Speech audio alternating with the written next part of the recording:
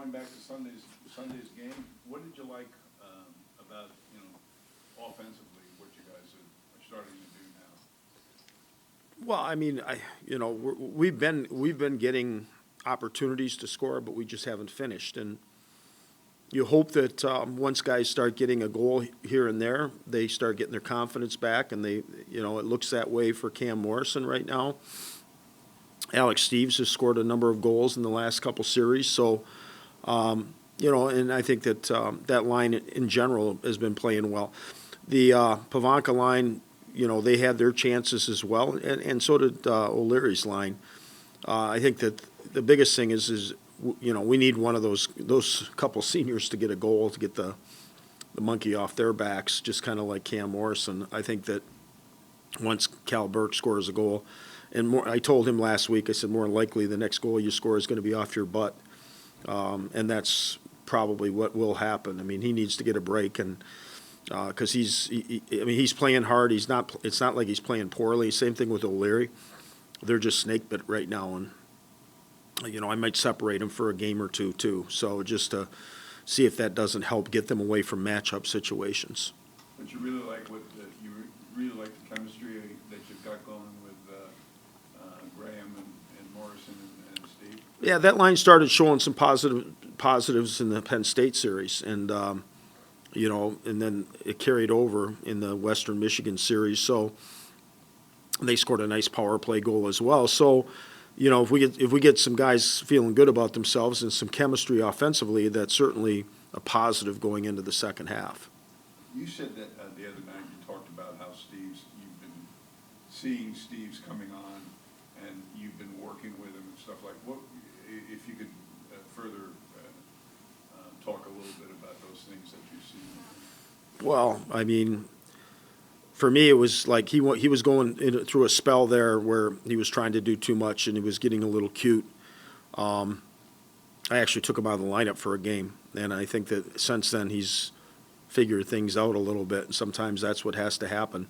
Because I thought he lost his intensity, especially away from the puck, and once he started getting that back, then his skills start showing up because he's not chasing as much, he's not having to defend, and for him it's just a matter of, he's got good offensive skills, he's got good instincts, he's got a good shot, but sometimes he overhandles the puck, and like both of his goals on Sunday were off his stick in a hurry, and that's what he has to do. Instead of stick handle first and then shoot, he needs to receive the pass and shoot it. And, I think that's what, maybe he's starting to grasp a little bit more, and that's important because a quick release, he wants to handle the puck all the time, and, he does have good hands to do it, but it also allows the defender, allows the goaltender to get set for his shot. And he's got two big guys on his line who can get things done and get the puck to him, too. Yeah, both guys can make a play, and they both have good puck skills and instincts. And, right now it's the chemistry of the group because Michael Graham's contributing in his own way as well. It's not just the two wingers. I mean, he's starting to play like, we were hoping he'd play to start the year. What about Michigan coming in? They haven't played since the Invitational, Great Lakes. And what do you see in their team? And what kind of... Well, Michigan, playing Western probably going to help us a little bit, just in the fact that, Michigan's a fast team. They're a good transition team. They get up and down the ice really fast. And they've been kind of like us in some parts of their game.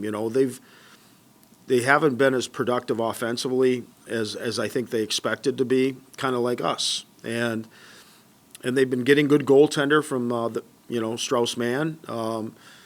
They got some physical defensemen, plus they got a first rounder back there that's a great playmaker, kind of took right over for Quinn Hughes. So they're not much different than what we've seen over the last few years. I mean, they've been a bit snake bit, to be honest with you, and they're always dangerous because they have a lot of weapons, and you have to respect those weapons, offensive weapons that they have. And they're just like everybody else in the Big Ten. Like anybody's capable of winning on a given night. So, I think that they could conceivably, be a team to reckon with in the second half here. So, you know, I have respect for what the talent level they have, and certainly for Mel. What's your message to the team before Big Ten play starts back up this weekend? Well, we need to try to get points every weekend. I mean, that's the most important thing. I mean, from here on out, it's all Big Ten. We're fortunate that we have 8 home games and only 6 on the road. But the thing is, we have to do our best to play our best hockey here in our building, and then, you know, try to get points on the road. And you know, we've got enough time, and you know, we're in decent position in the standings. We just have to win games, and there's no easy nights in the Big Ten. You know, I mean, there's no easy nights in college hockey, but you know, everybody you play is you know, high talent level, high speed. You know, our conference is built around speed and skill for the most part. So you're gonna have to defend well. You're gonna have to manage and handle the puck well. You know, not turn the puck over in key areas of the ice. And you know, I think that the biggest thing for us is the positive thing for us right now is Cale Morris is starting to get his game back. And then we have to do a better job of trying to finish for him, to give him so he doesn't have to, you know, worry about getting a shutout in order to win a game.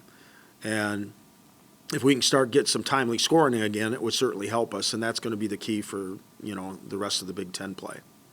What makes the Notre Dame and Michigan rivalry special? Well, ask football, you know. I think for me, it's kind of carried over from our days in the CCHA, and even carries over from my time at Lake Superior State. We've always had a rivalry with Michigan, but I mean, the long history of Notre Dame and Michigan goes way back, you know, to the Newt Rockne era. So I don't have to explain that to people. And that's where it started. That's where the development of that rivalry started.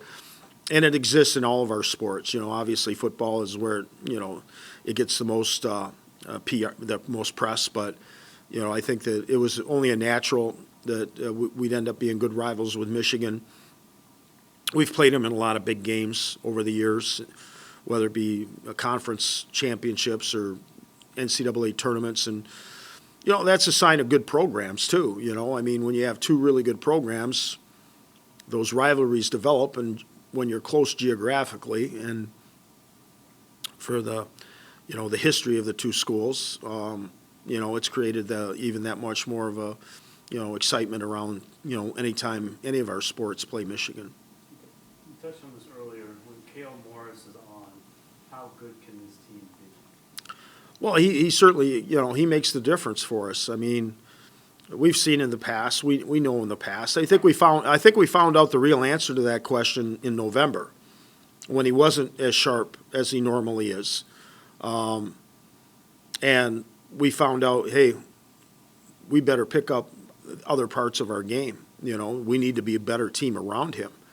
So when he started playing, you know, started in the Penn State series, and I think it really started carrying over after Christmas, started getting his confidence back, and just focusing on the mechanics of his game and the details of his game. I mean, he's as good a goaltender as there is in the country, and he has been for the last 3 years.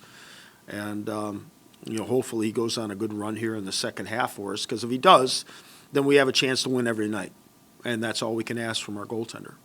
Coach, you just briefly mentioned that with Cale a little bit at the end of last year. Did he ever feel like he was maybe having to put the game in his own hands, maybe a little bit too much pressure on himself, feeling like he'd have to? I think he has done that a little bit in the past. I hope that, you know, as he's been here, he's matured, and that when he gets in those situations that he can handle them now.